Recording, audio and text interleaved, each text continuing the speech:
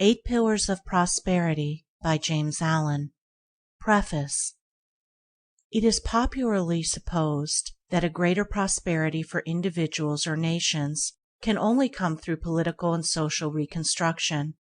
This cannot be true apart from the practice of the moral virtues in the individuals that comprise a nation. Better laws and social conditions will always follow a higher realization of morality among the individuals of a community, but no legal enactment can give prosperity to, nay, it cannot prevent the ruin of, a man or a nation that has become lax and decadent in the pursuit and practice of virtue. The moral virtues are the foundation and support of prosperity, as they are the soul of greatness. They endure forever, and all the works of a man which endure are built upon them. Without them there is neither strength, stability, nor substantial reality, but only ephemeral dreams. To find moral principles is to have found prosperity, greatness, truth, and is therefore to be strong, valiant, joyful, and free.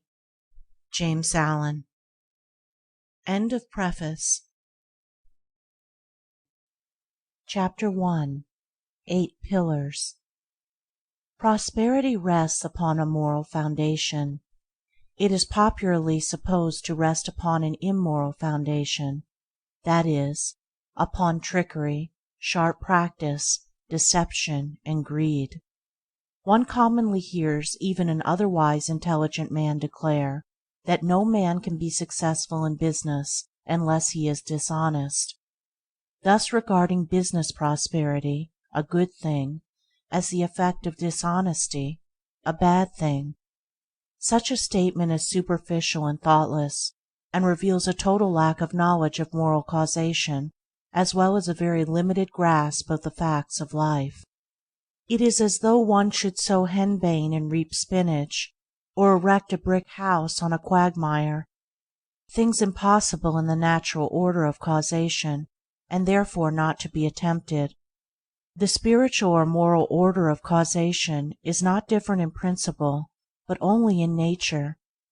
The same law obtains in things unseen, in thoughts and deeds, as in things seen, in natural phenomena. Man sees the processes in natural objects, and acts in accordance with them, but not seeing the spiritual processes, he imagines that they do not obtain, and so he does not act in harmony with them. Yet these spiritual processes are just as simple and just as sure as the natural processes. They are indeed the same natural modes manifesting in the world of mind. All the parables and a large number of the sayings of the great teachers are designed to illustrate this fact. The natural world is the mental world made visible. The seen is the mirror of the unseen. The upper half of a circle is in no way different from the lower half, but its sphericity is reversed. The material and the mental are not two detached arcs in the universe. They are the two halves of a complete circle. The natural and the spiritual are not at eternal enmity, but in the true order of the universe are eternally at one. It is in the unnatural, in the abuse of function and faculty, where division arises, and where man is wrestled back, with repeated sufferings, from the perfect circle from which he has tried to depart. Every process in matter is also a process in mind. Every natural law has its spiritual counterpart. Take any natural object, and you will find its fundamental processes in the mental sphere if you rightly search. Consider, for instance, the germination of a seed and its growth into a plant, with the final development of a flower, and then back to seed again. This also is a mental process. Thoughts are seeds which, falling in the soil of the mind, germinate and develop until they reach the completed stage, blossoming into deeds good or bad, brilliant or stupid, according to their nature, and ending as seeds of thought to be again sown in other minds. A teacher is a sower of seed, a spiritual agriculturist, while he who teaches himself is the wise farmer of his own mental plot. The growth of a thought is as the growth of a plant. The seed must be sown seasonably, and time is required for its full development into the plant of knowledge and the flower of wisdom. While writing this I pause, and turn to look through my study window, and there, 100 yards away, is a tall tree, in the top of which some enterprising rook from a rookery close by has, for the first time, built its nest. A strong northeast wind is blowing, so that the top of the tree is swayed violently to and fro by the onset of the blast, yet there is no danger to that frail thing of sticks and hair, and the mother bird, sitting upon her eggs, has no fear of the storm. Why is this? It is because the bird has instinctively built her nest in harmony with principles which ensure the maximum strength and security. First, a fork is chosen as the foundation for the nest, and not a space between two separate branches, so that, however great may be the swaying of the top tree, the position of the nest is not altered, nor its structure disturbed. Then the nest is built on a circular plan, so as to offer the greatest resistance to any external pressure, as well as to obtain more perfect compactness within, in accordance with its purpose, and so however the tempest may rage, the birds rest in comfort and security. This is a very simple and familiar object, and yet, in the strict obedience of its structure to mathematical law, it becomes to the wise a parable of enlightenment, teaching them that only by ordering one's deeds in accordance with fixed principles is perfect surety, perfect security, and perfect peace obtained amid the uncertainty of events and the turbulent tempests of life. A house or a temple built by a man is a much more complicated structure than a bird's nest, yet it is erected in accordance with those mathematical principles which are everywhere evidenced in nature. And here is seen how man, in material things, obeys universal principles. He never attempts to put up a building in defiance of geometrical proportions, for he knows that such a building would be unsafe, and that the first storm would, in all probability, level it to the ground, if indeed it did not fall about his ears during the process of erection. Man in his material building scrupulously obeys the fixed principles of circle, square, and angle, and aided by rule, plumb line, and compasses, he raises a structure which will resist the fiercest storms, and affords him a secure shelter and safe protection. All this is very simple, the reader may say. Yes, it is simple, because it is true and perfect, so true that it cannot admit the smallest compromise, and so perfect that no man can improve upon it. Man, through long experience, has learned these principles of the material world, and sees the wisdom of obeying them, and I have thus referred to them in order to lead up to a consideration of those fixed principles in the mental or spiritual world which are just as simple and just as eternally true and perfect, yet are at present so little understood by man as he daily violates them, because he is ignorant of their nature and unconscious of the harm he is all the time inflicting upon himself. In mind as matter, in thoughts as things, in deeds as natural processes, there is a fixed foundation of law, which if consciously or ignorantly ignored leads to disaster and defeat. It is indeed the ignorant violation of this law which is the cause of the world's pain and sorrow. In matter, this law is presented as mathematical. In mind, it is perceived as moral. But the mathematical and the moral are not separate and opposed. They are but two aspects of a united whole. The fixed principles of mathematics, to which all matter is subject, are the body of which the spirit is ethical, while the eternal principles of morality are mathematical truisms operating in the universe of mind. It is as impossible to live successfully apart from moral principles as to build successfully while ignoring mathematical principles. Characters, like houses, only stand firmly when built on a foundation of moral law, and they are built up slowly and laboriously, deed by deed, for in the building of character the bricks are deeds. Business and all human enterprises are not exempt from the external order, but can only stand securely by the observance of fixed laws. Prosperity, to be stable and enduring, must rest on a solid foundation of moral principle, and be supported by the adamantine pillars of sterling character and moral worth. In the attempt to run a business in defiance of moral principles, disaster of one kind or another is inevitable. The permanently prosperous men in any community are not its tricksters and deceivers, but its reliable and upright men. The Quakers are acknowledged to be the most upright men in the British community, and although their numbers are small, they are the most prosperous. The Jains in India are similar both in numbers and sterling worth, and they are the most prosperous people in India. Men speak of building up a business, and indeed a business is as much a building as is a brick house or a stone church, albeit the process of building is a mental one. Prosperity, like a house, is a roof over a man's head, affording him protection and comfort. A roof presupposes a support, and a support necessitates a foundation. The roof of prosperity, then, is supported by the following 8 pillars, which are cemented in a foundation of moral consistency. 1. Energy. 2. Economy. 3. Integrity.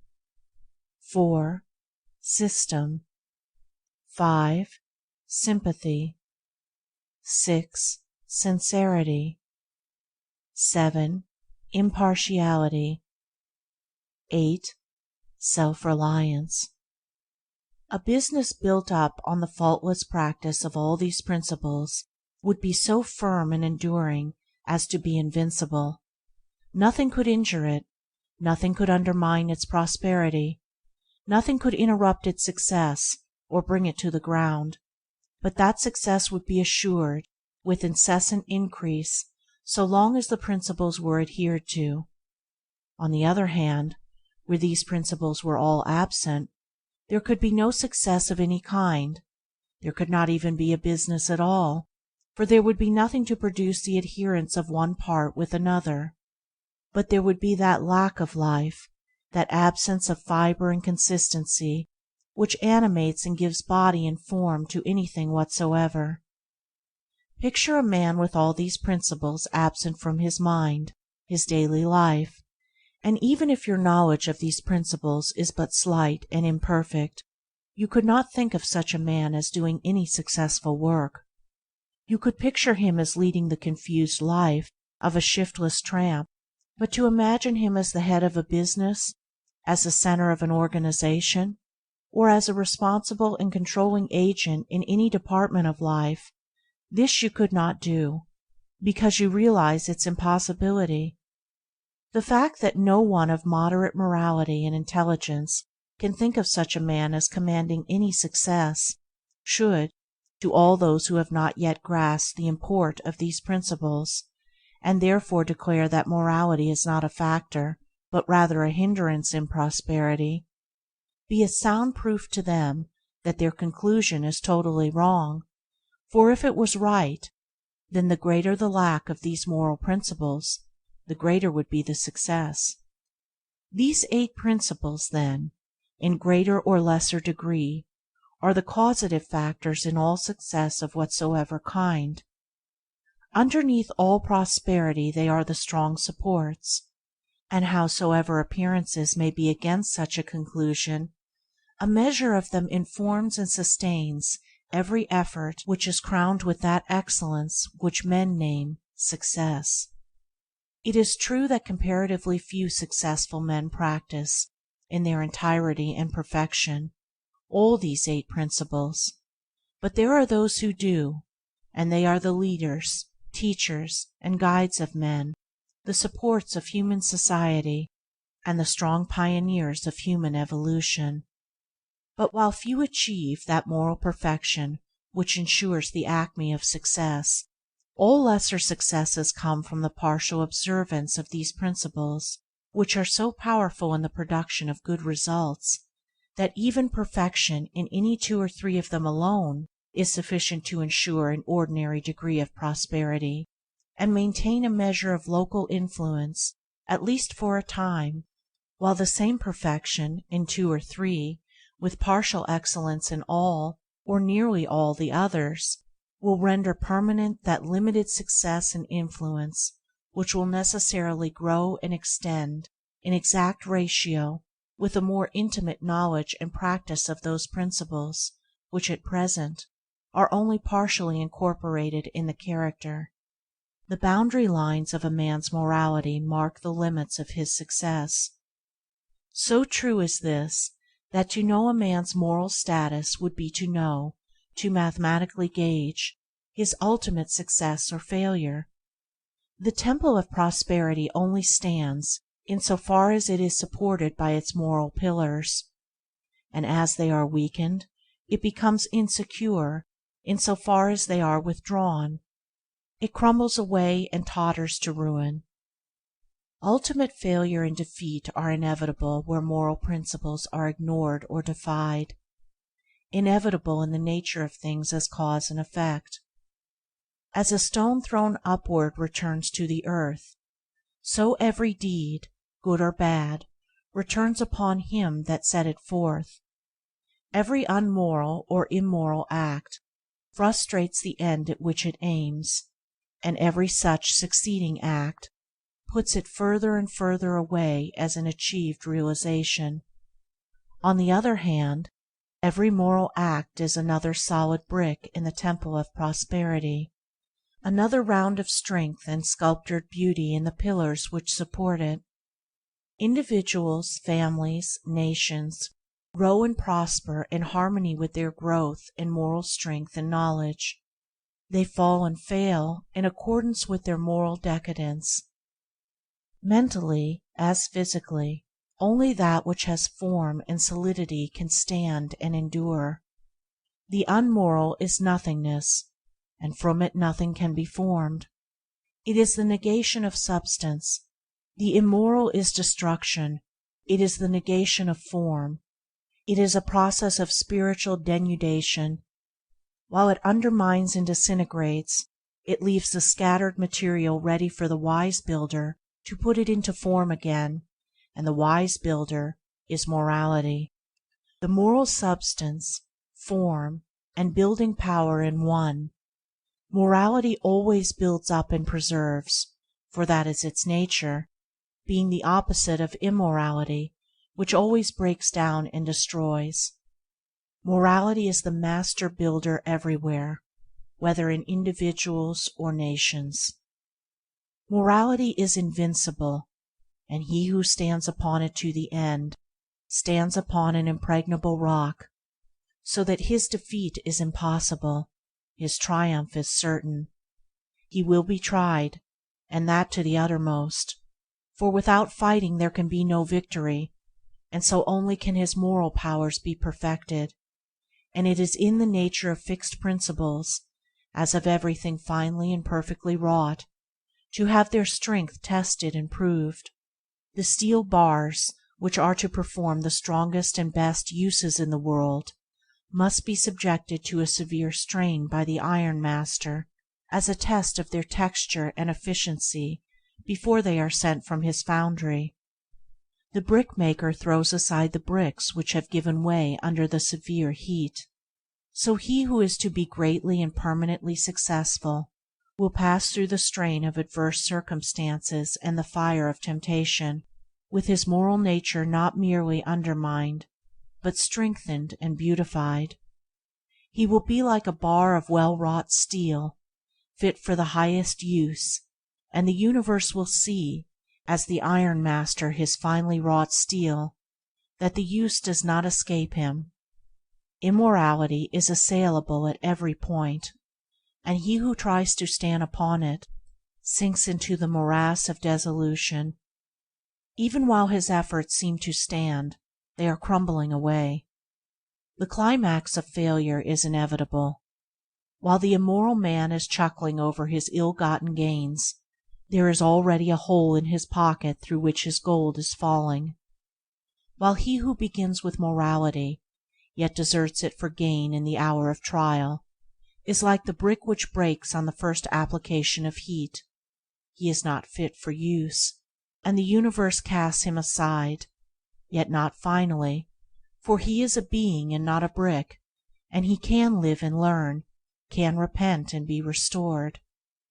Moral force is the life of all successes, and the sustaining element in all prosperity.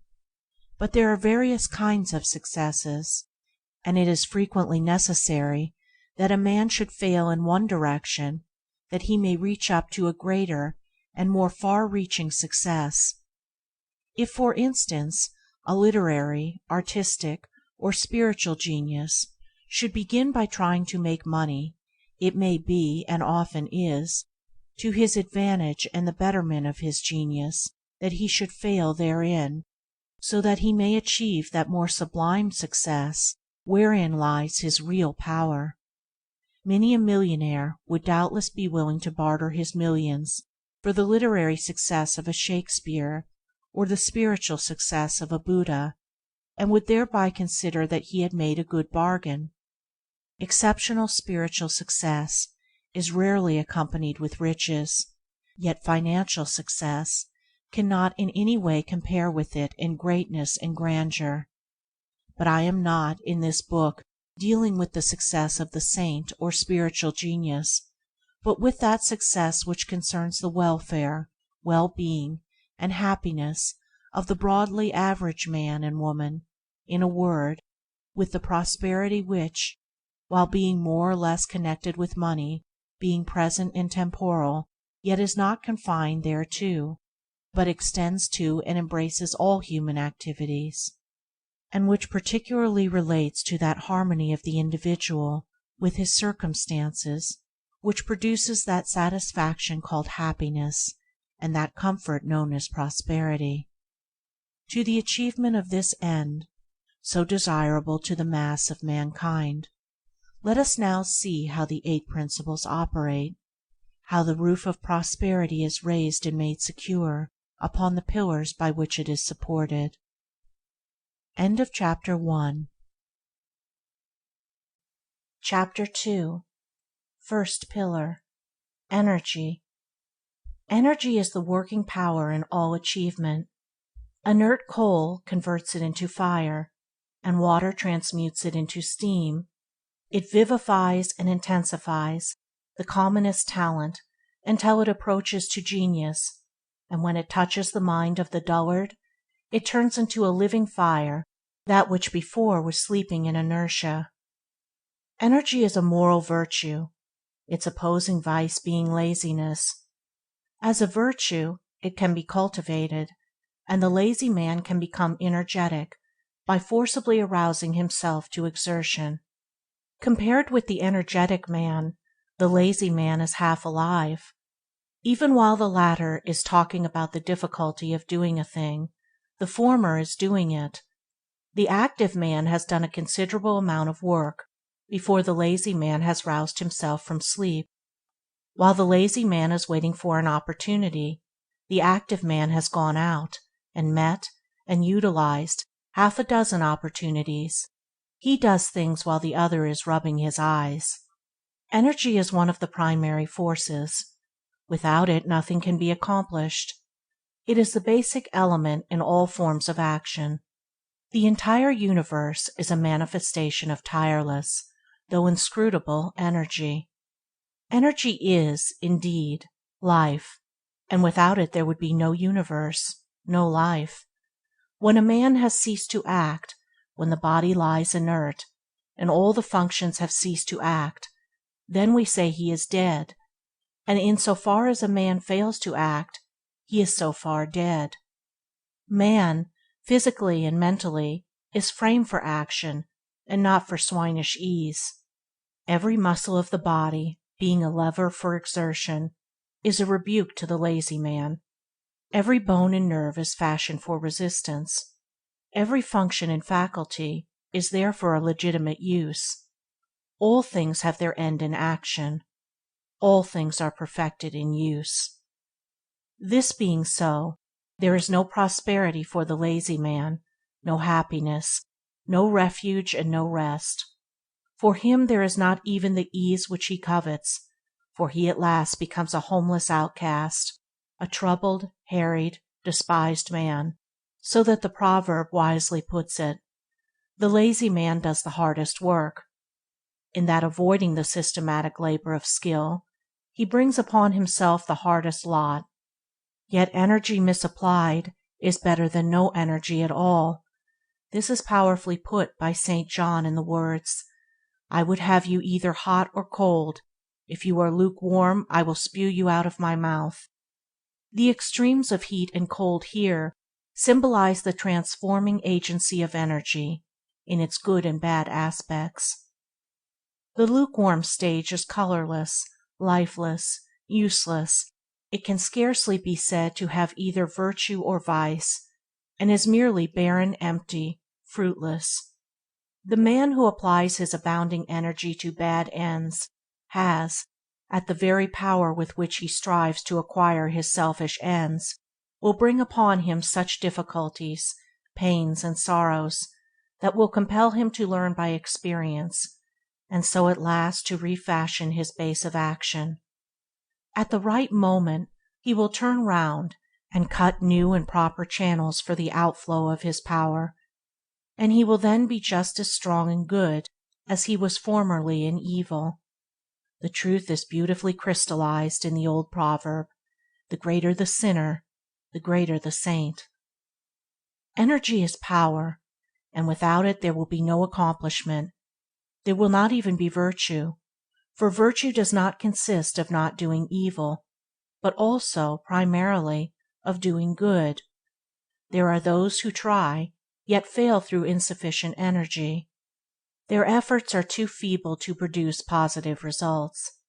Such are not vicious, and because they never do any deliberate harm, are usually spoken of as good men that fail. But to lack the initiative to do harm is not to be good, it is only to be weak and powerless. He who is truly a good man, having the power to do evil, yet chooses to direct his energies in ways that are good. Without a considerable degree of energy, therefore, there will be no moral power. What good there is will be latent and sleeping. There will be no going forth of good, just as there can be no mechanical motion without the motive power. Energy is the informing power in all doing in every department of life, whether it be along material or spiritual lines. The call to action, which comes not only from the soldier but from the lips or pen of every teacher in every grade of thought, is a call to men to rouse their sleeping energy, and to do vigorously the task in hand. Even the men of contemplation and meditation never cease to rouse their disciples to exertion in meditative thought. Energy is alike needed in all spheres of life, and not only are the rules of the soldier, the engineer, and the merchant rules of action, but nearly all precepts of the saviors, sages, and saints are precepts of doing.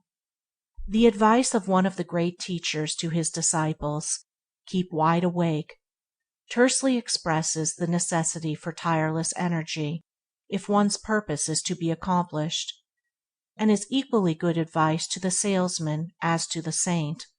Eternal vigilance is the price of liberty, and liberty is the reaching of one's fixed end. It was the same teacher that said, "If anything is to be done, let a man do it at once, let him attack it vigorously." The wisdom of this advice is seen when it is remembered that action is creative, that increase and development follow upon legitimate use. To get more energy, we must use to the full that which we already possess.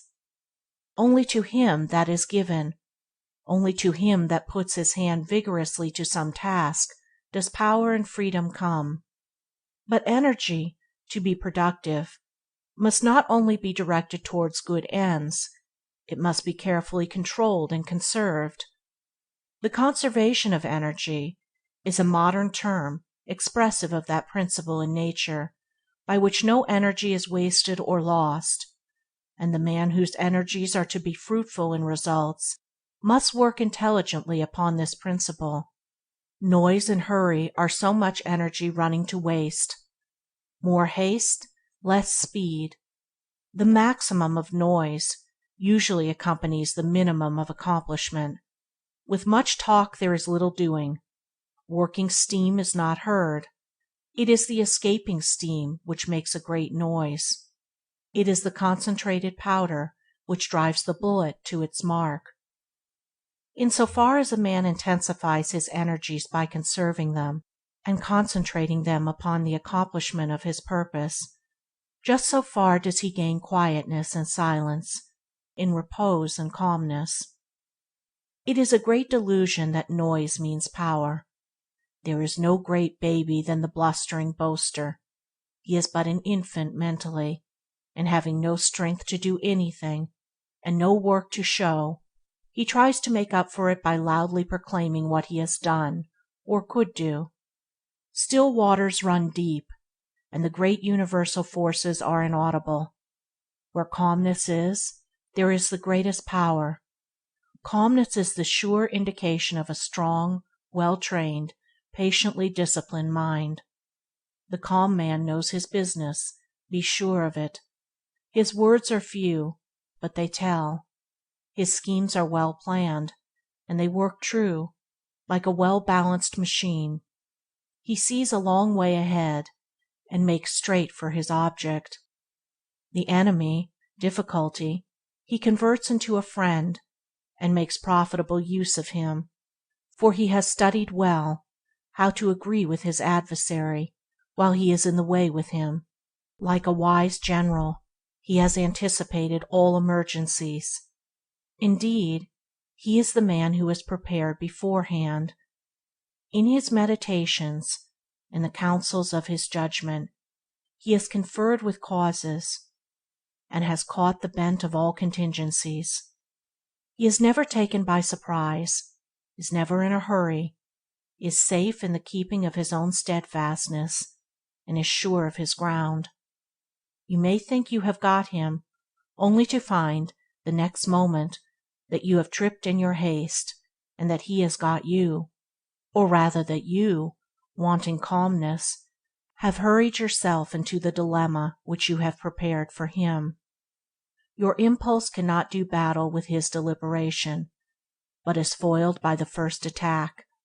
Your uncurbed energy cannot turn aside the wisely directed steam of his concentrated power. He is armed at all points. By a mental jiu-jitsu acquired through self-discipline, he meets opposition in such a way that it destroys itself. Upbraid him with angry words, and the reproof hidden in his gentle reply searches to the very heart of your folly, and the fire of your anger sinks into the ashes of remorse. Approach him with a vulgar familiarity, and his look at once will fill you with shame, and brings you back to your senses. As he is prepared for all events, so is he ready for all men, though no men are ready for him. All weaknesses are betrayed in his presence, and he commands by an inherent force which calmness has rendered habitual and unconscious. Calmness, as distinguished from the dead placidity of languor, is the acme of concentrated energy. There is a focused mentality behind it. In agitation and excitement the mentality is dispersed. It is irresponsible, and is without force or weight. The fussy, peevish, irritable man has no influence. He repels and not attracts.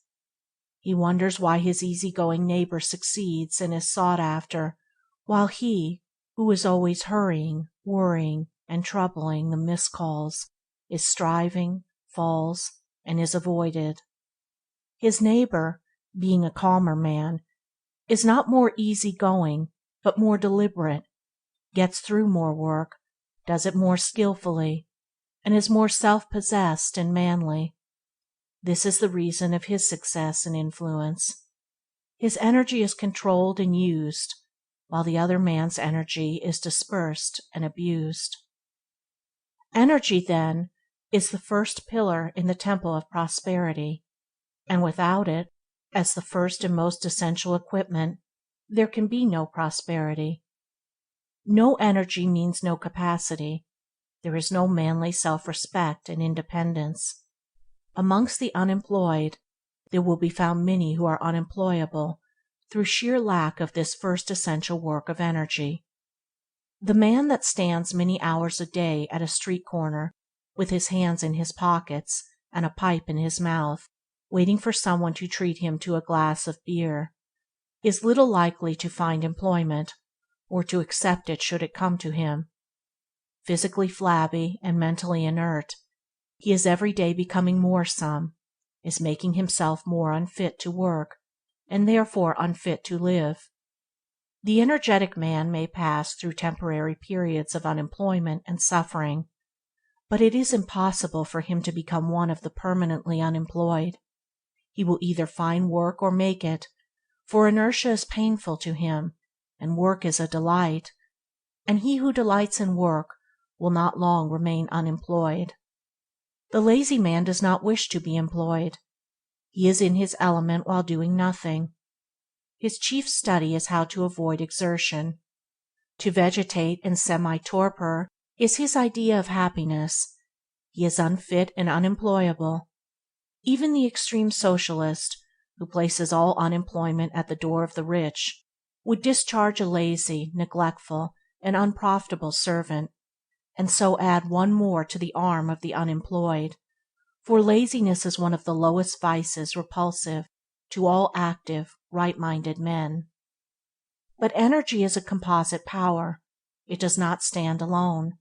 Involved in it are qualities which go into the making of vigorous character and the production of prosperity. Mainly, these qualities are contained in the four following characteristics: 1. Promptitude. 2. Vigilance. 3. Industry. 4. Earnestness. The pillar of energy is therefore a concrete mass, composed of these four tenacious elements. They are thorough, enduring, and are calculated to withstand the wildest weather of adversity. They are all make for life, power, capacity, and progress. Promptitude is valuable possession. It begets reliability. People who are alert, prompt, and punctual are relied upon. They can be trusted to do their duty, and to do it vigorously and well.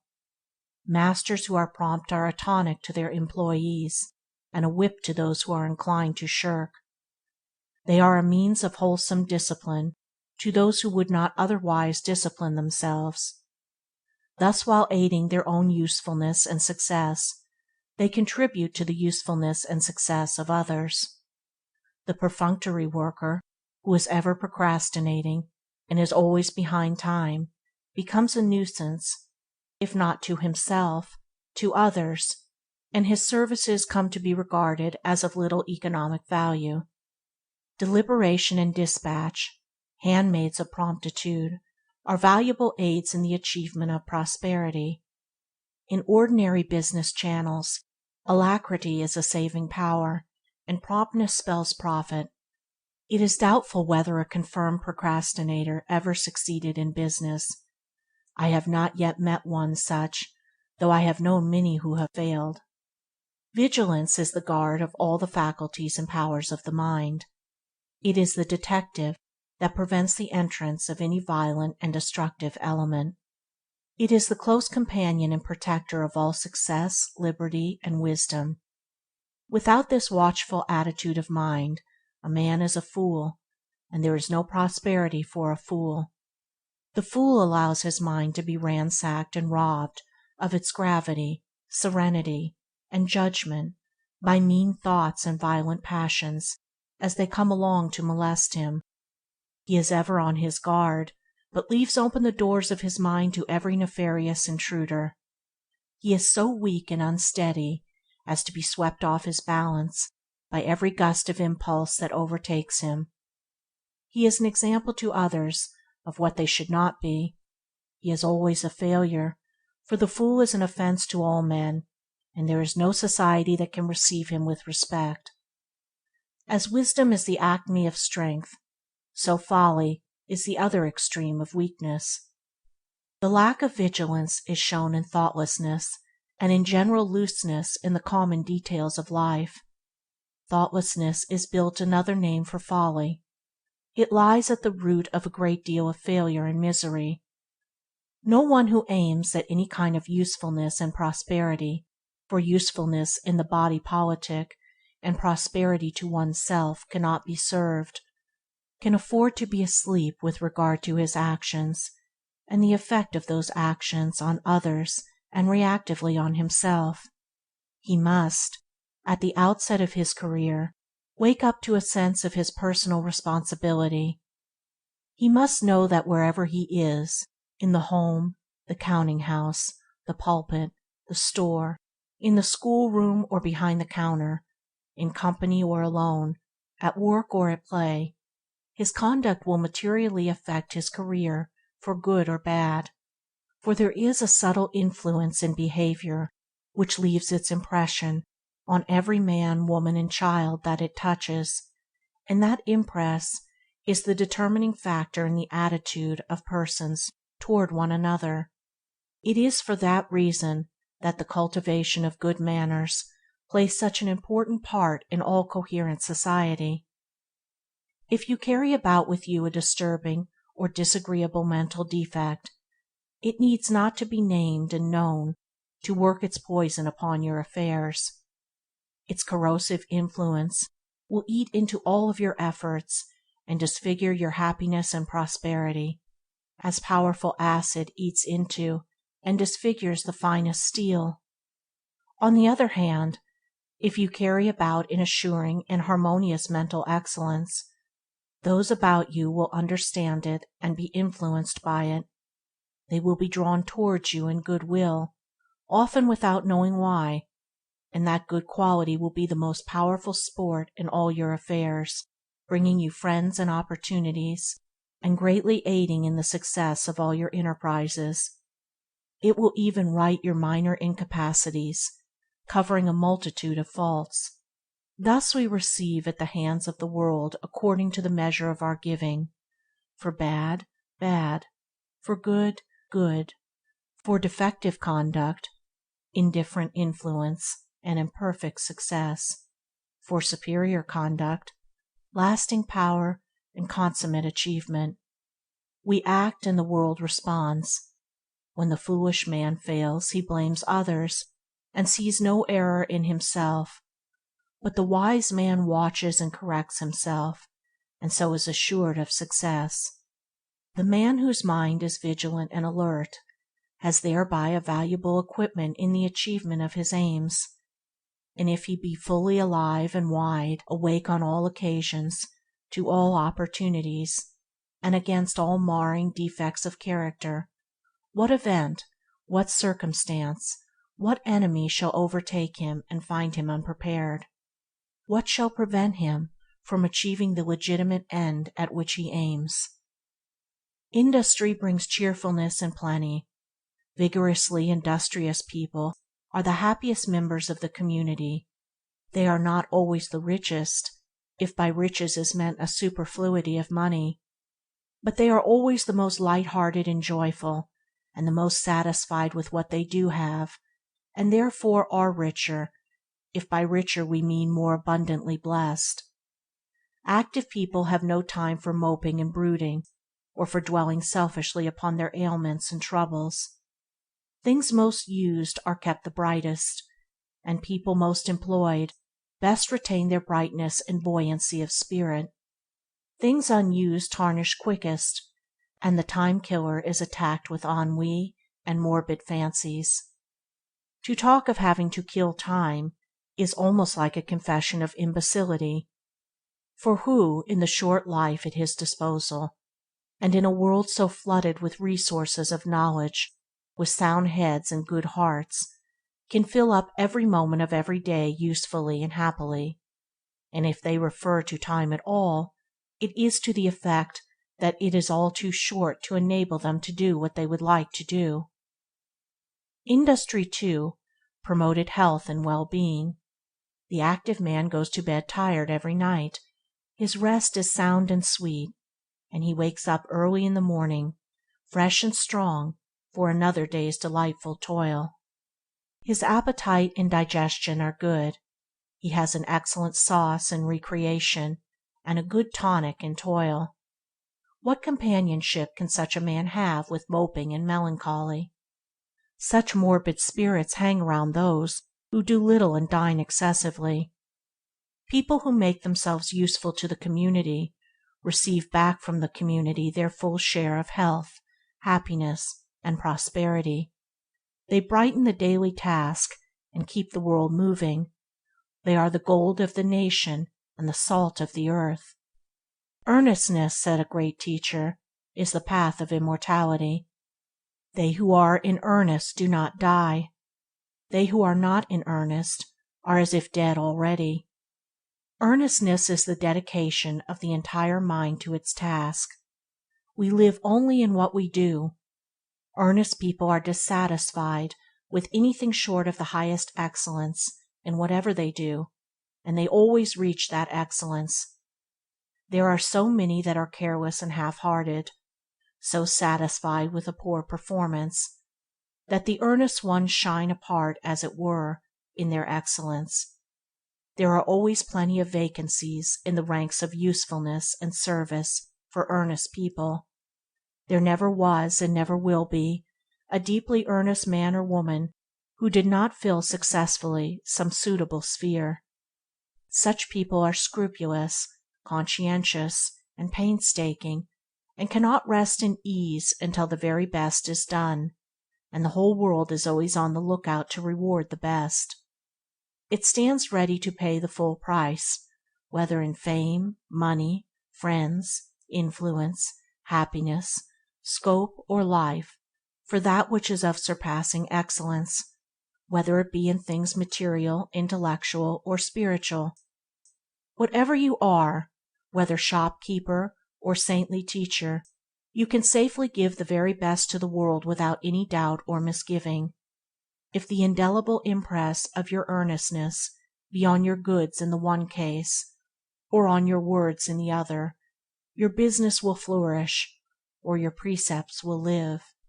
Earnest people make rapid progress both in their work and their character. It is thus that they live, and do not die, for stagnation only is death, and where there is incessant progress and ever-ascending excellence, stagnation and health are swallowed up in activity and life. Thus is the making and masonry of the first pillar explained. He who builds it well and sets it firm and straight will have a powerful and enduring support in the business of his life. End of chapter 2. Chapter 3. Second pillar. Economy. It is said of nature that she knows no vacuum. She also knows no waste. In the divine economy, the nature of everything is conserved and turned to good account. Even excreta are chemically transmitted and utilized in the building up of new forms. Nature destroys every foulness, not by annihilation, but by transmutation, by sweetening and purifying it, and making it serve the ends of things beautiful, useful, and good. That economy which, in nature is a universal principle, is in man a moral principle, and it is that quality by which he preserves his energies, and sustains his place as a working unit in the scheme of things. Financial economy is merely a fragment of this principle, or rather, It is a material symbol of that economy which is purely mental, and its transmutation spiritual. The financial economist exchanges coppers for silver, silver for gold, gold for notes, and the notes he converts into the figures of a bank account. By these conversions of money into more readily transmissible forms he is the gainer in the financial management of his affairs. The spiritual economist transmutes passions into intelligence, intelligence into principles, principles into wisdom, and wisdom is manifested in actions which are few but powerful in effect. By all these transmutations he is the gainer in character and in the management of his life. True economy is the middle way in all things, whether material or mental, between waste and undue retention. That which is wasted, whether money or mental energy, is rendered powerless. That which is selfishly retained and hoarded up is equally powerless. To secure power, whether of capital or mentality, there must be concentration, but concentration must be followed by legitimate use. The gathering up of money or energy is only a means; the end is use, and it is use only that produces power. An all-round economy consists in finding the middle way in the following 7 things: money, food, clothing, recreation, rest, time, and energy. Money is the symbol of exchange, and represents purchasing power. He who is anxious to acquire financial wealth, as well as he who wishes to avoid debt, must study how to apportion his expenditure in accordance with his income, so as to leave a margin of ever-increasing working capital, or to have a little store ready in hand for any emergency. Money spent in thoughtless expenditure, in worthless pleasures or harmful luxuries, is money wasted and power destroyed, for although a limited and subordinate power, the means and capacity for legitimate and virtuous purchase is, nevertheless, a power, and one that enters largely into the details of our everyday life.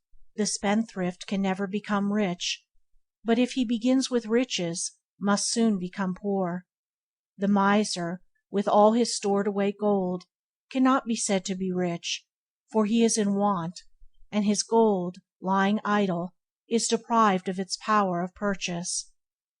The thrifty and prudent are on the way to riches, for while they spend wisely they save carefully, and gradually enlarge their spheres as their growing means allow. The poor man who is to become rich must begin at the bottom, and must not wish, nor try to appear affluent by attempting something far beyond his means. There is always plenty of room and scope at the bottom, and it is a safe place from which to begin, as there is nothing below, and everything above. Many a young business man comes at once to grief by swagger and display, which he foolishly imagines are necessary to success, but which, deceiving no one but himself, lead quickly to ruin. A modest and true beginning in any sphere will better ensure success than an exaggerated advertisement of one's standing and importance. The smaller the capital, the smaller should be the sphere of operations. Capital and scope are hand in glove, and they should fit. Concentrate your capital within the circle of its working power, and however circumscribed that circle may be, it will continue to widen and extend as the gathering momentum of power presses for expression. Above all, take care always to avoid the 2 extremes of parsimony and prodigality. Food represents life, vitality, and both physical and mental strength. There is a middle way in eating and drinking, as in all else. The man who is to achieve prosperity must be well nourished, but not overfed. The man that starves his body, whether through miserliness or asceticism, both forms of false economy, diminishes his mental energy, and renders his body too enfeebled to be the instrument for any strong achievement. Such a man courts sickly-mindedness, a condition conducive only to failure. The glutton, however, destroys himself by excess. His bestialized body becomes a stored-up reservoir of poisons, which attract disease and corruption, while his mind becomes more and more brutalized and confused, and therefore more incapable. Gluttony is one of the lowest and most animal vices, and is obnoxious to all who pursue a moderate course. The best workers and most successful men are they who are most moderate in eating and drinking. By taking enough nourishment, but not too much, they attain the maximum physical and mental fitness. Being thus well equipped by moderation, they are enabled to vigorously and joyfully fight the battle of life. Clothing is covering and protection for the body, though it is frequently wrested from this economic purpose and made a means of vain display. The two extremes to be avoided here are negligence and vanity. Custom cannot and need not be ignored, and cleanliness is all important. The ill-dressed, unkempt man or woman invites failure and loneliness. A man's dress should harmonize with his station in life, and should be of good quality, and be well made and appropriate. Clothing should not be cast aside while comparatively new, but should be well worn. If a man be poor, he will not lose in either self-respect or the respect of others by wearing threadbare clothing, if it be clean, and his whole body be clean and neat. But vanity, leading to excessive luxury in clothing, is a vice which should be studiously avoided by virtuous people. I know a lady who has 40 dresses in her wardrobe, also a man who had 20 walking sticks, about the same number of hats, and some dozen mackintoshes, while another had some 20 or 30 pairs of boots. Rich people who thus squander money on piles of superfluous clothing are courting poverty, for it is waste, and waste leads to want. The money so heedlessly spent could be better used, for suffering abounds, and charity is noble. An obtrusive display in clothing and jewelry bespeaks a vulgar and empty mind. Modest and cultured people are modest and becoming in their dress, and their spare money is wisely used in further enhancing their culture and virtue. Education and progress are of more importance to them than vain and needless apparel, and literature, art, and science are encouraged thereby. A true refinement is in the mind and behavior, and a mind adorned with virtue and intelligence cannot add to its attractiveness, though it may detract from it, by an ostentatious display of the body. Time spent in uselessly adorning the body could be more fruitfully employed. Simplicity in dress, as in other things, is the best. It touches the point of excellence in usefulness, comfort, and bodily grace, and bespeaks true taste and cultivated refinement. Recreation is one of the necessities of life. Every man and woman should have some definitive work as the main object of life, and to which a considerable amount of time should be devoted, and he should only turn from it at given and limited periods for recreation and rest. The object of recreation is greater buoyancy of both body and mind, with an increase of power in one's serious work. It is therefore a means, not an end, and this should ever be borne in mind, for to many some forms of recreation, innocent and good in themselves, become so fascinating that they are in danger of making themselves the end of life, and of thus abandoning duty for pleasure. To make of life a ceaseless round of games and pleasures, with no other object in life, is to turn living upside down, as it were, and it produces monotony and enervation. People who do it are the most unhappy of mortals, and suffer from languor, ennui, and peevishness. As sauce is an aid to digestion, and can lead only to misery when made the work of life. When a man has done his day's duty he can turn to his recreation with a free mind and a light heart, and both his work and his pleasure will be to him a source of happiness. It is true economy in this particular, neither to devote the whole of one's time to work nor to recreation, but to apportion to each its time and place, and so to fill out life with those changes which are necessary to a long life and a fruitful existence. All agreeable changes are recreation, and the mental worker will gain both in the quality and quantity of his work by laying it down at the time appointed for restful and refreshing recreation, while the physical worker will improve in every way by turning to some form of study as a hobby or means of education. As we do not spend all of our time in eating or sleeping or resting, neither should we spend it in exercise or pleasure, but should give recreation its proper place as a natural tonic in the economic scheme of our life.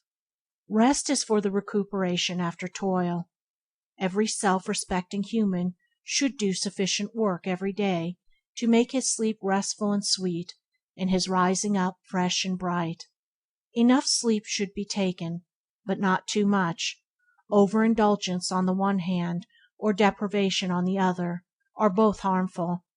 It is an easy matter to find out how much sleep one requires. By going to bed early and getting up early, rising a little earlier every morning if one has been in the habit of spending long hours in bed, one can soon very accurately gauge and adjust the number of hours he or she requires for complete recuperation. It will be found as the sleeping hours are shortened that the sleep becomes more and more sound and sweet, and the waking up more and more alert and bright. People who are to prosper in their work must not give way to ignoble ease and overindulgence in sleep. Fruitful labor, and not ease, is the true end of life, and ease is only good in so far as it subserves the ends of work. Sloth and prosperity can never be companions, and can never even approach each other. The sluggard will never overtake success, but failure will speedily catch up with him and leave him defeated.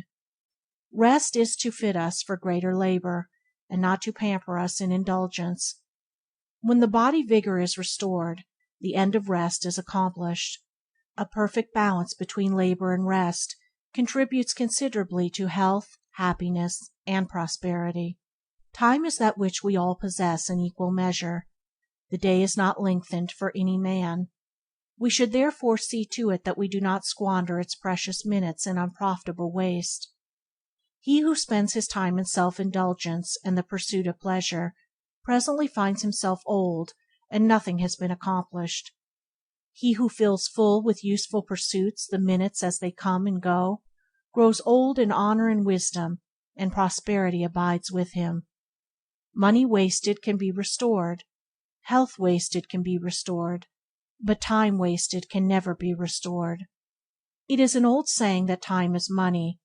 It is, in the same way, health and strength and talent and genius and wisdom, in accordance with the manner in which it is used, and to properly use it, the minutes must be seized upon as they come, for once they pass they can never be recalled.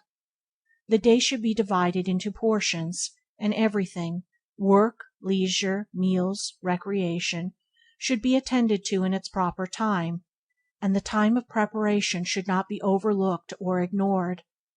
Whatever a man does, he will do it better and more successfully by utilizing some small portion of the day in preparing his mind for his work. The man who gets up early in order to think and plan, that he may weigh and consider and forecast, will always manifest greater skill and success in his particular pursuit than the man who lives in bed till the last moment, and only gets up just in time to begin breakfast. An hour spent in this way before breakfast will prove of the greatest value in making one's efforts fruitful. It is a means of calming and clarifying the mind, and of focusing one's energies so as to render them more powerful and effective. The best and most abiding success is that which is made before 8 o'clock in the morning. He who is at business at 6 o'clock will always, other conditions being equal, be a long way ahead of the man who is in bed at 8. The lie-a-bed heavily handicaps himself in the race of life. He gives his early rising competitor 2 or 3 hours start every day. How can he ever hope to win with such a self-imposed tax upon his time? At the end of a year that 2 or 3 hours start every day is shown in a success which is the synthesis of accumulated results. What, then, must be the difference between the efforts of these two men at the end of, say, 20 years? The lie-a-bed, too, after he gets up, is always in a hurry trying to regain lost time, which results in more loss of time, for hurry always defeats its own end. The early rise, who thus economizes his time, has no need to hurry, for he is always ahead of the hour, is always well up with his work. He can well afford to be calm and deliberate, and to do carefully and well whatever is in his hand, for his good habit shows itself at the end of the day in the form of a happy frame of mind, and in bigger results in the shape of work skillfully and successfully done. In the economizing of time, too, there will be many things which a man will have to eliminate from his life. Some of the things and pursuits which he loves and desires to retain will have to be sacrificed to the main purpose of his life. The studied elimination of non-essentials from one's daily life is a vital factor in all great achievement. All great men are adepts in this branch of economy, and it plays an important role in the making of their greatness. It is a form of economy which also enters into the mind, the actions, and the speech, eliminating from them all that is superfluous, and that impedes, and does not subserve, the end aimed at. Foolish and unsuccessful people talk carelessly and aimlessly, act carelessly and aimlessly, and allow everything that comes along, good, bad, and indifferent, to lodge in their mind. The mind of the true economist is a sieve which lets everything fall through except that which is of use to him in the business of his life. He also employs only necessary words, and does only necessary actions, thus vastly minimizing friction and waste of power. To go to bed at bedtime, to fill in every working minute with purposeful thought and effective action, this is the true economy of time. Energy is economized by the formation of good habits. All vices are a reckless expenditure of energy. Sufficient energy is thoughtlessly wasted in bad habits to enable men to accomplish the greatest success, if conserved and used in right directions. If economy be practiced in the 6 points already covered, much will be done in the conservation of one's energies, but a man must still go further, and carefully husband his vitality by the avoidance of all forms of physical self-indulgences and impurities, but also all those mental vices, such as hurry, worry, excitement, despondency, anger, complaining, and envy, which deplete the mind and render it unfit for any important work or admirable achievement. These are common forms of mental dissipation which a man of character should study how to avoid and overcome. The energy wasted in frequent fits of bad temper would, if controlled and properly directed, give a man strength of mind, force of character, and much power to achieve. The angry man is a strong man made weak by the dissipation of his mental energy. He needs self-control to manifest his strength. The calm man is always superior in any department of life, and will always take precedence, both in his success and in the estimation of others. No man can afford to disperse his energies in fostering bad habits and bad tendencies of mind. Every vice, however apparently small, will tell against him in the battle of life. Every harmful self-indulgence will come back to him in the form of some trouble or weakness. Every moment of riot or of pandering to his lower inclinations will make his progress more laborious, and will hold him back from scaling the high heaven of his wishes for achievement. On the other hand, he who economizes his energies, and bends them toward the main task of his life, will make rapid progress, and nothing will prevent him from reaching the golden city of success. It will be seen that economy is something far more profound and far more reaching than the mere saving of money. It touches every part of our nature in every phase of our life. The old saying, "Take care of the pence, and the pounds will take care of themselves," may be regarded as a parable, for the lower passions as native energy. It is the abuse of that energy that is bad, and if this personal energy be taken care of and stored up and transmuted, it reappears as a force of character.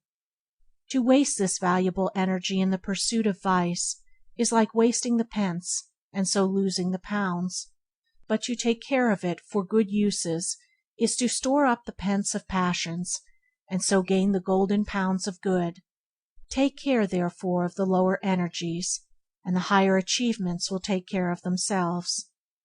The pillars of economy, when soundly built, will be found to be composed largely of these four qualities: 1. Moderation. 2. Efficiency. 3. Resourcefulness. 4. Originality. Moderation is the strong core of economy. It avoids extremes, finding the middle way in all things. It also consists in abstaining from the unnecessary and the harmful. There can be no such things as moderation in that which is evil, for that would be excess. A true moderation abstains from evil. It is not a moderate use of fire to put our hands into it, but to warm them by it at a safe distance. Evil is a fire that will burn a man if he touch it. It is a harmful luxury, and is best left severely alone. Smoking, snuff-taking, alcoholic drinking, gambling, and other such common vices, although they have dragged thousands down to ill health, misery, and failure, have never helped towards one's health, happiness, and success. The man who eschews them will always be head of the man that pursues them, their talents and opportunities being equal. Happy, healthy, and long-lived people are always moderate and abstemious in their habits. By moderation the life forces are preserved. By excess they are destroyed. Men also who carry moderation in their thoughts, allaying their passions and feelings, avoiding all unwholesome extremes in morbid sensations and sentiments, add knowledge and wisdom to happiness and health, and thereby attain to the highest felicity and power. The immoderate destroy themselves by their own folly. They weaken their energies and stultify their capabilities. Instead of achieving an abiding success, reach only, at best, a fitful and precarious prosperity. Efficiency proceeds from the right conservation of one's forces and powers. All skill is the use of concentrated energy. Superior skill, as talent and genius, is a high degree of concentrated force.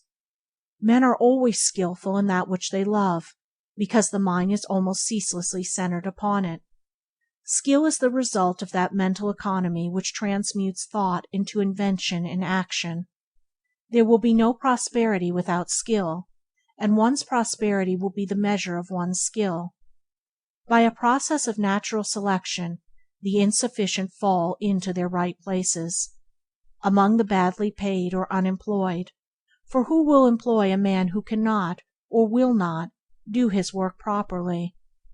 An employer may occasionally keep a man out of charity, but this will be exceptional, as places of business, offices, households, and all centers of organized activity are not charitable institutions, but industrial bodies which stand or fall on the fitness and efficiency of their individual members.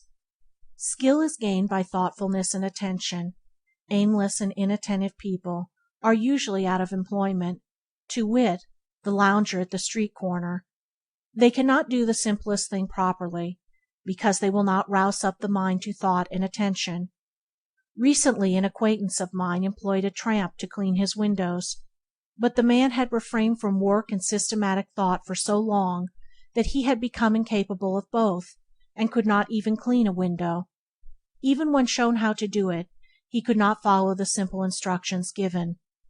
This is an instance, too, of the fact that the simplest thing requires a measure of skill in the doing. Efficiency largely determines a man's place among his fellows, and leads one on by steps to higher and higher positions as greater powers are developed. The good workman is skillful with his tools, while the good man is skillful with his thoughts. Wisdom is the highest form of skill, aptitude in incipient wisdom. There is one right way of doing everything, even the smallest, and 1,000 wrong ways. Skill consists in finding the one right way and adhering to it. The insufficient bungle confusedly about among the 1,000 wrong ways, and do not adopt the right way even when it is pointed out to them. They do this in some cases because they think, in their ignorance, that they know best, thereby placing themselves in a position where it becomes impossible to learn, even though it be only to learn how to clean a window or sweep a floor. Thoughtlessness and inefficiency are all too common. There is plenty of room in the world for thoughtful and efficient people. Employers of labor know how difficult it is to get the best workmanship. The good workman, whether with his tools or brain, whether with speech or thought, will always find a place for the exercise of his skill. Resourcefulness is the outcome of efficiency. It is an important element in prosperity, for the resourceful man is never confounded. He may have many falls, but he will always be equal to the occasion, and will be on his feet again immediately. Resourcefulness has its fundamental cause in the conservation of energy. It is energy transmuted. When a man cuts off certain mental or bodily vices which have been depleting him of his energy, what becomes of the energy so conserved? It is not lost or destroyed, for energy can never be lost or destroyed. It becomes productive energy. It reappears in the form of fruitful thought. The virtuous man is always more successful than the vicious man, because he is teeming with resources. His entire mentality is alive and vigorous, abounding with stored up energy. What the vicious man wastes in barren indulgence, the virtuous man uses in fruitful industry. A new life and a new world, abounding with all fascinating pursuits and pure delights, open up to a man who shuts himself off from the old world of animal vice, and his place will be assured by the resources which will well up within him. Barren seed perishes in the earth. There is no place for it in the fruitful economy of nature. Barren minds sink in the struggle of life. Human society makes for good, and there is no room in it for the emptiness engendered by vice. But the barren mind will not sink forever. When it wills, it can become fruitful and regain itself. By the very nature of existence, by the eternal law of progress, the vicious man must fall. But having fallen, he can rise again. He can turn from vice to virtue, and stand, self-respecting and secure, upon his own resources. The resourceful men invent, discover, initiate. They cannot fail, for they are in the stream of progress. They are full of new schemes, new methods, new hopes, and their life is so much fuller and richer thereby. They are men of supple minds. When a man fails to improve his business, his work, his methods, he falls out of the line of progress, and has begun to fail. His mind has become stiff and inert, like the body of an aged man, and so fails to keep pace with the rapidly moving ideas and plans of resourceful minds. A resourceful mind is like a river which never runs dry, and which affords refreshment, and supplies new vigor in times of drought. Men of resources are men of new ideas, and men of new ideas flourish where others fade and decay. Originality is resourcefulness ripened and perfected. Where there is originality there is genius, and men of genius are the lights of the world. Whatever work a man does, he should fall back upon his own resources in the doing of it. While learning from others, he should not slavishly imitate them, but should put himself into his work, and so make it new and original. Original men get the ear of the world. They may be neglected at first, but they are always ultimately accepted, and become patterns for mankind. Once a man has acquired the knack of originality, he takes his place as a leader among men in his particular department of knowledge and skill. But originality cannot be forced. It can only be developed, and it is developed by proceeding from excellence to excellence, by ascending in the scale of skill, by the full and right use of one's mental powers. Let a man consecrate himself to his work. Let him, so consecrated, concentrate all his energies upon it, and the day will come when the world will hail him as one of its strong sons, and he too, like Balzac, who after many years of strenuous toil one day exclaimed, I am about to become a genius. I am about to become a genius, will at least discover to his joy that he has joined the company of original minds, the gods who lead mankind into newer, higher, and more beneficent ways. The composition of the second pillar is thus revealed. Its building awaits the ready man who will skillfully apply his mental energies. End of chapter 3. Chapter 4. Third pillar. Integrity. There is no striking a cheap bargain with prosperity. It must be purchased, not only with intelligent labor, but with a moral force. As the bubble cannot endure, so the fraud cannot prosper. He makes a feverish spurt in the acquirement of money, and then collapses. Nothing is ever gained, nothing can ever be gained by fraud. It is but wrested for a time, to be again returned with heavy interest. But fraud is not confined to the unscrupulous swindler. All who are getting, or trying to get, money without giving an equivalent are practicing fraud, whether they know it or not. Men who are anxiously scheming how to get money without working for it are frauds, and mentally they are closely allied to the thief and the swindler, under whose influence they come, sooner or later, and who deprives them of their capital. What is a thief but a man who carries to its logical extreme or later, and who deprives them of their capital?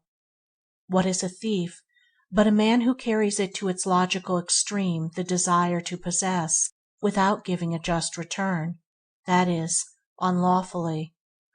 The man that courts prosperity must, in all his transactions, whether material or mental, study how to give a just return for that which he receives. This is the great fundamental principle in all sound commerce, while in spiritual things it becomes the doing to others that which we would have them do to us, and applied to the forces of the universe it is scientifically stated in the formula, action and reaction are equal. Human life is reciprocal, not rapacious, and the man who regards all others as his legitimate prey will soon find himself stranded in the desert of ruin, far away from the path of prosperity. He is too far behind in the process of evolution to cope successfully with honest men. The fittest, the best, always survive, and he being the worst cannot therefore continue. His end, unless the change in time, is sure it is the goal, the filthy hovel, or the place of the deserted outcast. His efforts are destructive and not constructive, and he thereby destroys himself. It was Carlyle who, referring to Mohammed, being then universally regarded by Christians as an impostor, exclaimed, "An impostor found a religion. An impostor couldn't build a brick house." An impostor, a liar, a cheat, the man of dishonesty, cannot build, as he has neither tools nor material with which to build. He can no more build up a business, a character, a career, a success, than he can found a religion or build a brick house.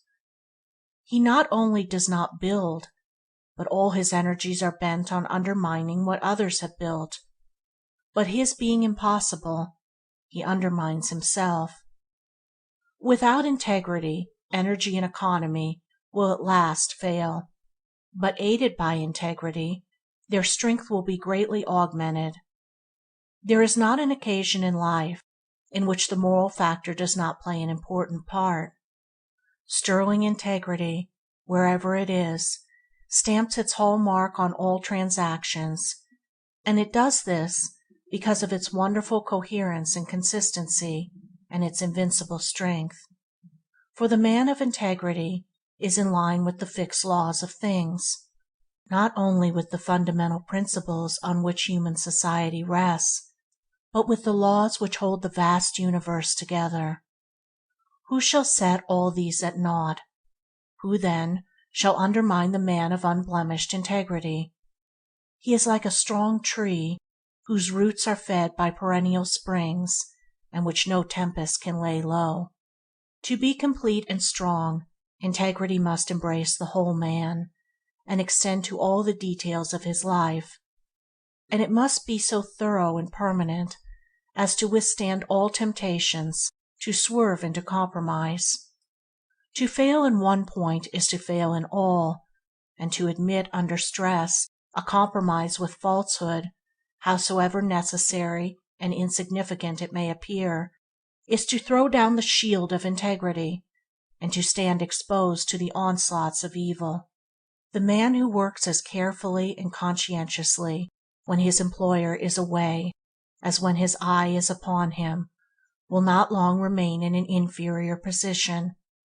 Such integrity and duty in performing the details of his work will quickly lead him into the fertile regions of prosperity. The shirker, on the other hand, he who does not scruple or neglect his work when his employer is not about, thereby robbing his employer of the time and labor for which he is paid, will quickly come to the barren reign of unemployment, and will look in vain for needful labor. There will come a time, too, to the man who is not deeply rooted in integrity, when it will seem necessary to his prospects and prosperity that he should tell a lie or do a dishonest thing. I say to the man who is not deeply rooted in this principle, for a man of fixed and enlightened integrity knows that lying and dishonesty can never under any circumstance be necessary, and therefore he neither needs to be tempted in this particular, nor can he possibly be tempted, but the one so tempted must be able to cast aside the subtle insinuation of falsehood which in a time of indecision and perplexity arises within him, and he must stand firmly by the principle, being willing to lose and suffer rather than sink into obliquity.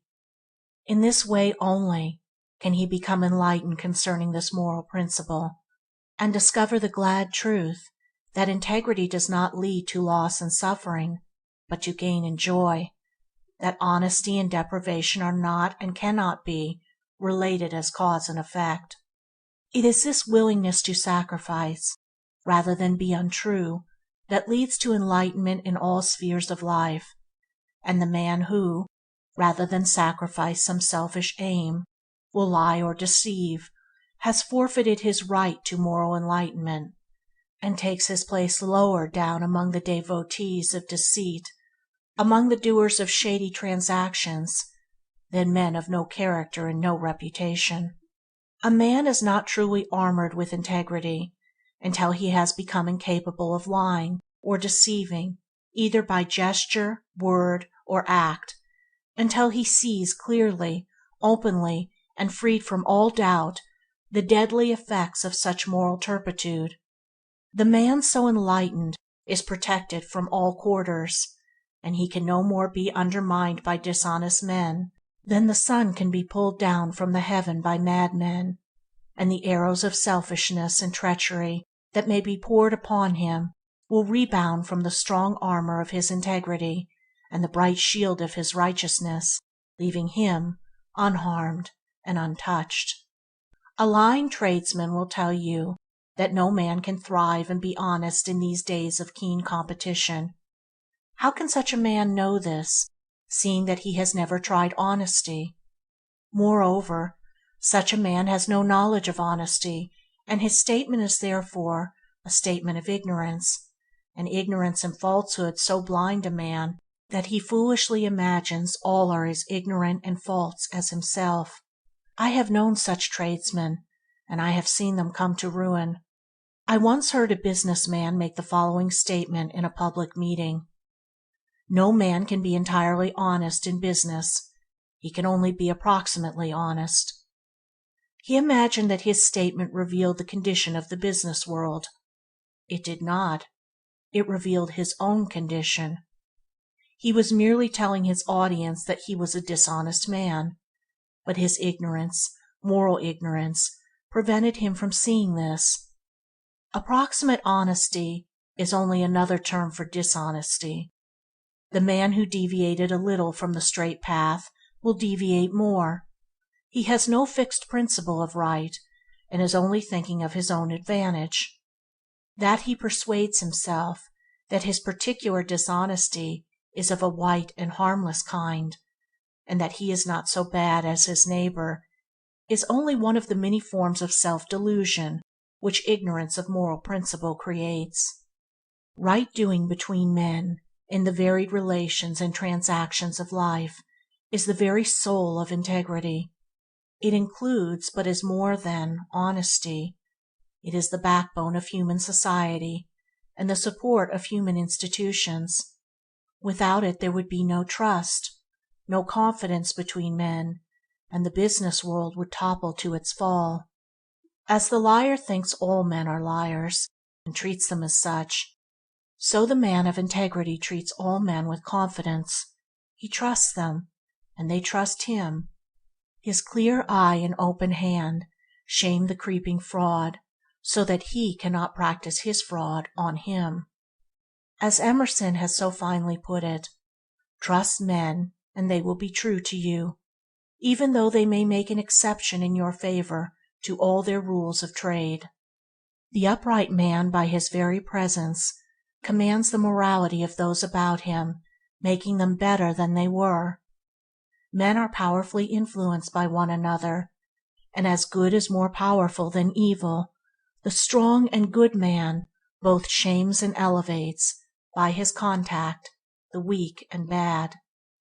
The man of integrity carries about with him an unconscious grandeur which both awes and inspires.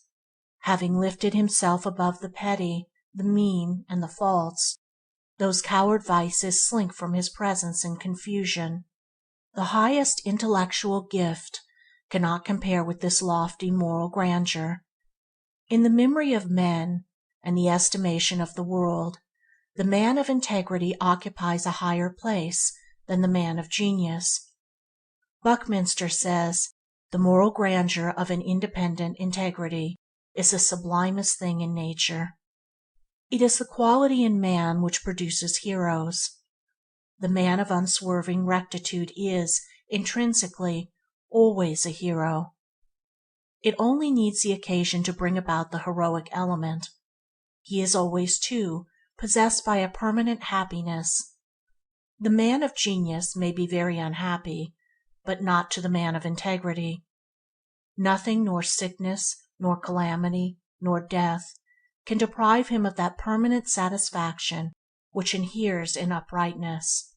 Rectitude leads straight to prosperity by 4 successive steps. First, the upright man wins the confidence of others. Second, having gained their confidence, they put trust in him. Third, this trust, never being violated, produces a good reputation, and fourth, a good reputation spreads further and further, and so brings about success. Dishonesty has the reverse effect. By destroying the confidence of others, it produces in them suspicion and mistrust, and these bring about a bad reputation, which culminates in failure. The pillars of integrity are held together by these 4 virile elements: 1. Honesty. 2. Fearlessness. 3. Purposefulness. 4. Invincibility. Honesty is the surest way to success. The day at last comes when the dishonest man repents in sorrow and suffering, but no man ever needs to repent of having been honest. Even when the honest man fails, as he does sometimes, through the lacking of other of these pillars, such as energy, economy, or system, his failure is not the grievous thing it is to the dishonest man, for he can always rejoice in the fact that he has never defrauded a fellow being. Even in his darkest hour, he finds repose in a clear conscience. Ignorant men imagine that dishonesty is a short cut to prosperity. That is why they practice it. The dishonest man is morally short-sighted, like the drunkard who sees the immediate pleasure of his habit, but not the ultimate degradation. He sees the immediate effect of a dishonest act, a larger profit, but not its ultimate outcome. He does not see that an accumulated number of such acts must inevitably undermine his character. and bring his business toppling upon its ears in ruin. While pocketing his gains, and thinking how cleverly and successfully he is imposing on others, he is all the time imposing on himself, and thus every coin gained must be paid back with added interest, and from this just retribution there is no possible loophole of escape. This moral gravitation is as sure and unvarying as the physical gravitation of a stone to the earth. The tradesman who demands of his assistants that they shall be, and misrepresents his goods to customers, is surrounding himself on all hands with suspicion, mistrust, and hatred. Even the moral weaklings, who carry out his instructions, despise him, while defiling themselves with his unclean work. How can success thrive in such a poisonous atmosphere? The spirit of ruin is already in such a business, and the day of his fall is ordained. An honest man may fail, but not because he is honest, and his failure will be honorable, and will not injure his character and reputation. His failure, too, resulting doubtless from his incapacity in the particular direction of his failure, will be a means of leading him into something more suited to his talents, and thus to ultimate success. Fearlessness accompanies honesty. The honest man has a clear eye and an unflinching gaze. He looks his fellowmen in the face, and his speech is direct and convincing. The liar and cheat hangs his head. His eye is muddy and his gaze oblique. He cannot look another man in the eye, and his speech arouses mistrust, for it is ambiguous and unconvincing. When a man has fulfilled his obligations he has nothing to fear. All his business relations are safe and secure. His methods and actions will endure the light of day.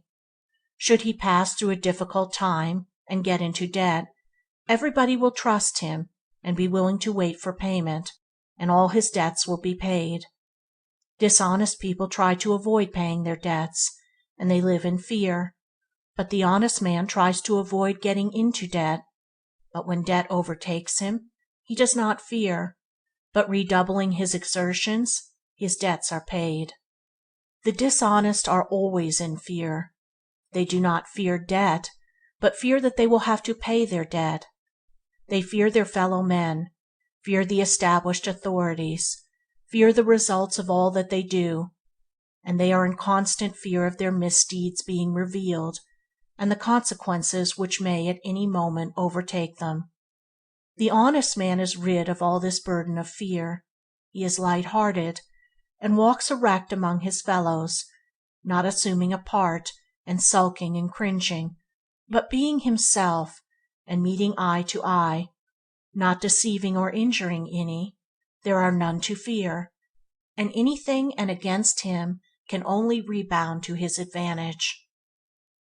And this fearlessness is, in itself, a tower to strength in a man's life, supporting him through all emergencies, enabling him to battle manfully with difficulties, and in the end securing for him that success of which he cannot be dispossessed. Purposefulness is the direct outcome of that strength of character which integrity fosters. The man of integrity is the man of direct aims and strong and intelligent purposes. He does not guess and work in the dark. All his plans have in them some of that moral fiber of which his character is wrought. A man's work will always come in some way to reflect himself, and the man of sound integrity is the man of sound plan. He weighs and considers and looks ahead, and so is less likely to make serious mistakes, or to bungle into a dilemma from which it is difficult to escape. Taking a moral view of all things, and always considering moral consequences, he stands on a firmer and more exalted ground than the man of mere policy and expedience, and while commanding a more extended view of any situation, he wields the greater power which a more comprehensive grasp of details with the principles involved confers upon him. Morality always has the advantage of expediency. Its purposes always reach down far below the surface, and are therefore more firm and secure, more strong and lasting. There is a native directness, too, about integrity, which enables the man to get straight to the mark in whatever he does, and which makes failure almost impossible. Strong men have strong purposes, and strong purposes lead to strong achievements. The man of integrity is above all men strong, and his strength is manifested in that thoroughness with which he does the business of his life, thoroughness which commands respect, admiration, and success. Invincibility is a glorious protector, but it only envelops the man whose integrity is perfectly pure and unassailable. Never to violate, even in the most insignificant particular, the principle of integrity, is to be invincible against all the assaults of innuendo, slander, and misrepresentation. The man who has failed in one point is vulnerable, and the shaft of evil, entering that point, will lay him low, like the arrow in the heel of Achilles. Pure and perfect integrity is proof against all attack and injury, enabling its possessor to meet all opposition and persecution with dauntless courage and sublime equanimity. No amount of talent, intellect, or business acumen can give a man that power of mind and peace of heart which come from an enlightened acceptance and observance of lofty moral principles. Moral force is the greatest power. Let the seeker for true prosperity discover this force. Let him foster and develop it in his mind and in his deeds, and as he succeeds, he will take his place among the strong leaders of the earth. Such is the strong and adamantine pillar of integrity. Blessed and prosperous above all men will be he who builds its incorruptible masonry into the temple of his life. End of Chapter 4. Chapter 5. Fourth Pillar. System. System is that principle of order by which confusion is rendered impossible. In the natural and universal order everything is in its place, so that the vast universe runs more perfectly than the most perfect machine. Disorder in space would mean the destruction of the universe, and disorder in a man's affairs destroys his work and his prosperity. All complex organizations are built up by system. No business or society can develop into large dimensions apart from system, and this system is preeminently the instrument of the merchant, the businessman, and the organizer of institutions. There are many departments in which a disorderly man may succeed. Although attention to order would increase his success, he will not succeed in business unless he can place the business entirely in the hands of a systematic manager who will thereby remedy his own defect. All large business concerns have been evolved along definitely drawn systematic lines, any violation of which would be disastrous to the efficiency and welfare of the business. Complex business or other organizations are built up like complex bodies in nature by scrupulous attention to details. The disorderly man thinks he can be careless about everything but the main end, but by ignoring the means he frustrates the end. By the disarrangement of details, organisms perish, and by the careless neglect of details, the growth of any work or concern is prevented. Disorderly people waste an enormous amount of time and energy. The time frittered away in hunting for things is sufficient, were if it conserved by order, to enable them to achieve any success, for slovenly people never have a place for anything, and have to hunt, frequently for a long time, for any article that they require. In the irritation, bad humor, and chagrin which this daily hunting for things brings about, as much energy is dissipated as would be required to build up a big business, or scale the highest heights of achievement in any direction. Orderly people conserve both their time and energy. They never lose anything, and therefore never have to find anything. Everything is in its place, and the hand can be at once placed upon it, though it may be in the dark. They can well afford to be cool and deliberate, and so use their mental energies in something more profitable than irritation, bad temper, and accusing others for their own lack of order. There is a kind of genius in system which can perform apparent wonders with ease. A systematic man can get through so great a quantity of work in such a short time and with such freedom from such exhaustion as to appear almost miraculous. He scales the heights of success, while his slovenly competitor is wallowing hopelessly in the bogs of confusion. His strict observance to the law of order enables him to reach his ends, swiftly and smoothly, without friction or loss of time. The demands of system, in all departments of the business world, are as rigid and exacting as the holy vows of a saint, and cannot be violated in the smallest particular but at the risk of one's financial prospects. In the financial world the law of order is an iron necessity, and he who faultlessly observes it saves time, temper, and money. Every enduring achievement in human society rests upon a basis of system. So true is this, that were system withdrawn, progress would cease. Think, for instance, of the vast achievements of literature, the works of classic authors and of great geniuses, the great poems, the innumerable prose works, the monumental histories.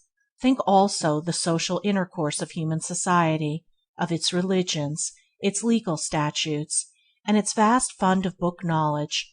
Think of all these wonderful resources and achievements of language, and then reflect that they all depend for their origin, growth, and continuance on the systematic arrangements of 26 letters, an arrangement having inexhaustible and illimitable results by the fact of its rigid limitation within certain fixed rules. Again, all the wonderful achievements of mathematics have come from the systematic arrangement of 10 figures, while the most complex piece of machinery, with its thousands of parts, working together smoothly and almost noiselessly to the achievement of the end for which it was designed, was brought forth by the systematic observance of a few mechanical laws. Herein we see how system simplifies that which is complex, how it makes easy that which was difficult, how it relates an infinite variety of details of the one central law or order, and so enables them to be dealt with and accounted for with perfect regularity and with an entire absence of confusion. The scientist names and classifies the myriad details of the universe, from the microscopic rotifer to the telescopic star, by his observance of the principles of system, so that out of many millions of objects reference can be made to any object in, at most, a few minutes. It is this faculty of speedy references and swift dispatch which is of such overwhelming importance in every department of knowledge and industry, and the amount of time and labor thus saved to humanity is so vast as to be incomprehensible. We speak of religious, political, and business systems, and so on, indicating all things in human society are welded together by the adhesive qualities of order. System is, indeed, one of the great fundamental principles in progress, and in the binding together, in one complete whole, of the world's millions of human beings, while they are at the same time each striving for a place, and are competing with one another in opposing aims and interest. We see here how system is allied with greatness, for the many separate units whose minds are untrained to the discipline of system are kept in their places by the organizing power of the comparatively few who perceive the urgent and inescapable necessity for the establishment of fixed and inviolable rules, whether in business, law, religion, science, or politics, in fact, in every sphere of human activity, for immediately when two human beings meet together, they need some common ground of understanding for the avoidance of confusion, in a word, some system to regulate their actions.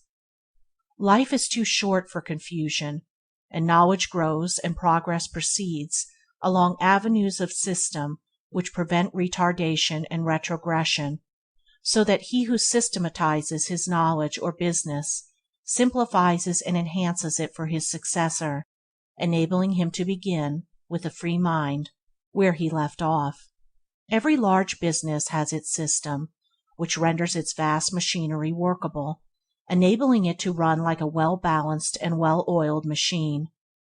A remarkable business man, a friend of mine, once told me that he could leave his huge business for 12 months and it would run on without a hitch till his return, and he does occasionally leave it for several months while traveling, and on his return every man, boy and girl, every tool, book and machine, every detail down to the smallest, is in its place doing its work as when he left, and no trouble, no difficulty, no confusion has arisen.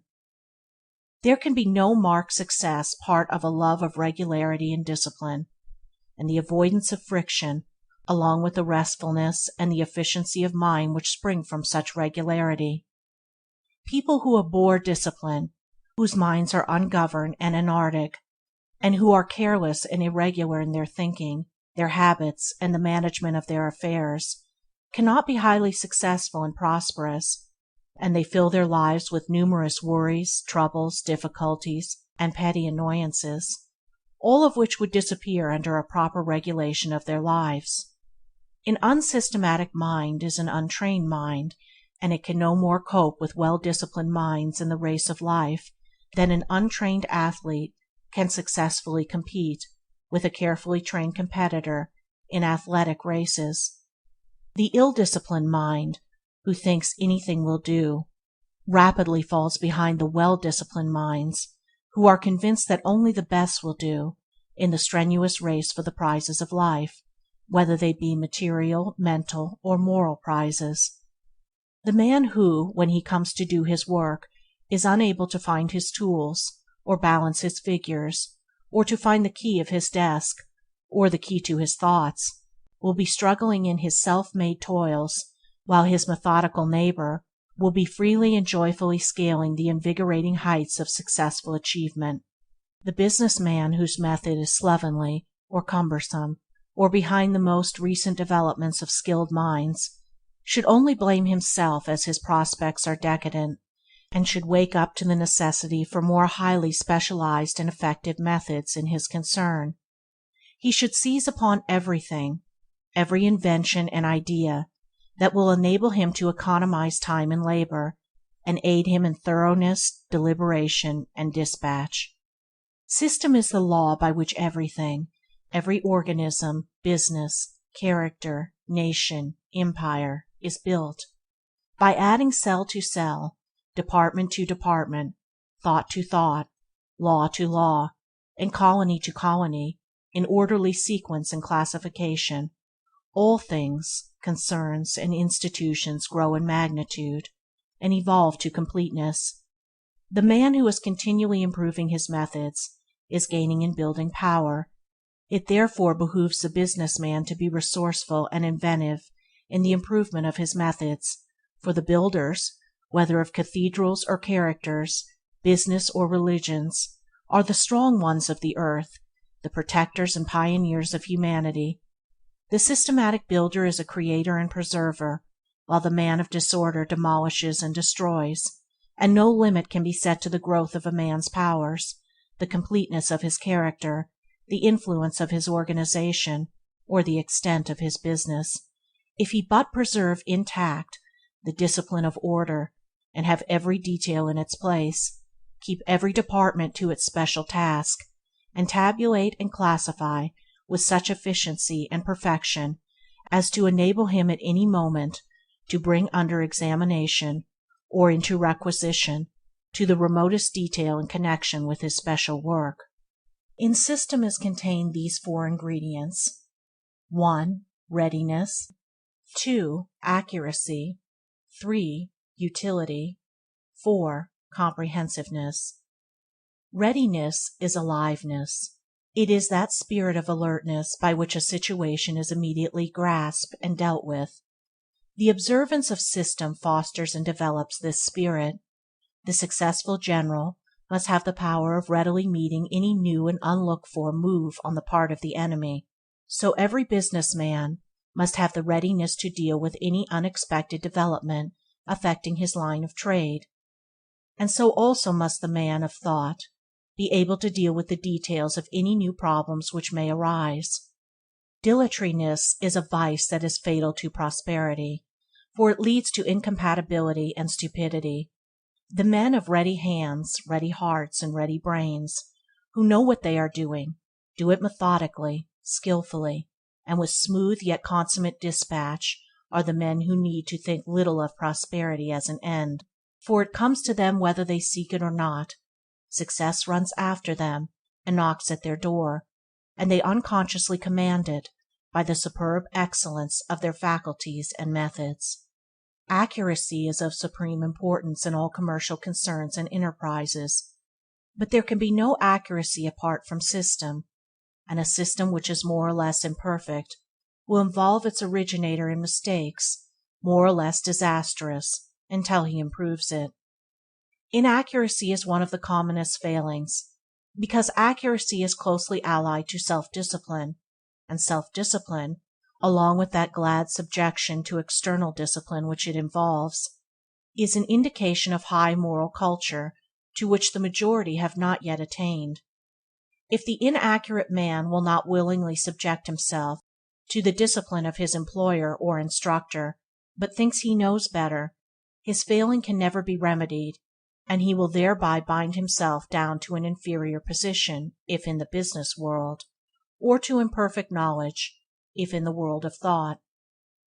The prevalence of the vice of inaccuracy, and in view of its disastrous effect it must be regarded as a vice, though perhaps one of the lesser vices, is patent to every observer in the way in which the majority of people relate a circumstance or repeat a simple statement of fact. It is nearly always made untrue by more or less marked inaccuracies. Few people, perhaps, not reckoning those who deliberately lie, have trained themselves to be accurate in what they say, or are so careful as to admit and state their liability to error. And from this common form of inaccuracy many untruths and misunderstandings arise. More people take pains to be accurate in what they do than in what they say, but even here inaccuracy is very common, rendering many inefficient and incompetent, and unfitting them for any strenuous and well-sustained endeavor. The man who habitually uses up a portion of his own or his employer's time in trying to correct his errors, or for the correction of those mistakes another has to be employed, is not the man to maintain any position in the workaday world, much less to reach a place among the ranks of the prosperous. There never yet lived a man who did not make some mistakes on his way to his particular success, but he is the capable and right-minded man who perceives his mistakes and quickly remedies them, and who is glad when they are pointed out to him. It is habitual and persistent, inaccuracy which is a vice, and he is the incapable and wrong-minded man who will not see or admit his mistakes, and who takes offense when they are pointed out to him. The progressive man learns by his own mistakes, as well as by the mistakes of others. He is always ready to test good advice by practice, and aims at greater and ever greater accuracy in his methods, which means higher and higher perfection, for accuracy is perfect, and the measure of a man's accuracy will be the measure of his uniqueness and perfection. Utility, or usefulness, is the direct result of method in one's work. Labor arrives at fruitful and profitable ends when it is systematically pursued. If the gardener is to gather in the best produce, he must not only sow and plant, but he must sow and plant at the right time, and if any work is to be fruitful in results, it must be done seasonably, and the time for doing a thing must not be allowed to pass by. Utility considers the practical end, and employs the best means to reach that end. It avoids side issues, dispenses with theories, and retains its hold only on those things which can be appropriated to good use in the economy of life. Unpractical people burden their minds with useless and unverifiable theories, and court failure by entertaining speculations which by their very nature cannot be applied in practice. The man whose powers are shown in what he does, and not in mere talking or arguing, avoids metaphysical quibbling and quandaries, and applies himself to the accomplishment of some good and useful end. That which cannot be reduced to practice should not be allowed to hamper the mind. It should be thrown aside, abandoned, and ignored. A man recently told me that if his theory should be proved to have no useful end, he should still retain his hold upon it as a beautiful theory. If a man chooses to cling to so-called beautiful theories, which are proved to have no use in life, and no substantial basis of reality, he must not be surprised if he fails in his worldly undertakings, for he is an unpractical man. When the powers of mind are diverted from speculative theorizing to practical doing, whether in material or moral directions, skill, power, knowledge, and prosperity increase. A man's prosperity is measured by his usefulness to the community, and a man is useful in accordance with what he does, and not because of the theories which he entertains. The carpenter fashions a chair, the builder erects a house, the mechanic produces a machine, and the wise man molds a perfect character. Not the schismatic, the theorists, and the controversialists, but the workers, the makers, and the doers are the salt of the earth. Let a man turn away from the mirage of intellectual speculation, and begin to do something, and to do it with all his might, and he will thereby gain a special knowledge, wield a special power, and reach his own unique position and prosperity among his fellows. Comprehensiveness is that quality of mind which enables a man to deal with a large number of related details, to grasp them in their entirety, along with the single principle which governs them and binds them together. It is a masterly quality, giving organizing and governing power, and is developed by systematic attention to details. The successful merchant holds in his mind, as it were, all the details of his business, and regulates them by a system adapted to his particular form of trade. The inventor has in his mind all the details of his machine, along with their relation to a central mechanical principle, and so perfects his invention. The author of a great poem or story relates all his characters and incidents to a central plot, and so produces a composite and enduring literary work. Comprehensiveness is analytic and synthetic capacity combined in the same individual. A capacious and well-ordered mind holds within its silent depths an army of details in their proper arrangement and true working order, is the mind that is near to genius, even if it has not already arrived. A man cannot be a genius, nor does he need to be, but he can be gradually evolving his mental capacity by careful attention to system in his thoughts and business, and as his intellect depends and broadens his powers, will be intensified and his prosperity accentuated. Such, then, are the four corner pillars in the temple of prosperity, and of themselves they are sufficient to permanently sustain it without the addition of the remaining four.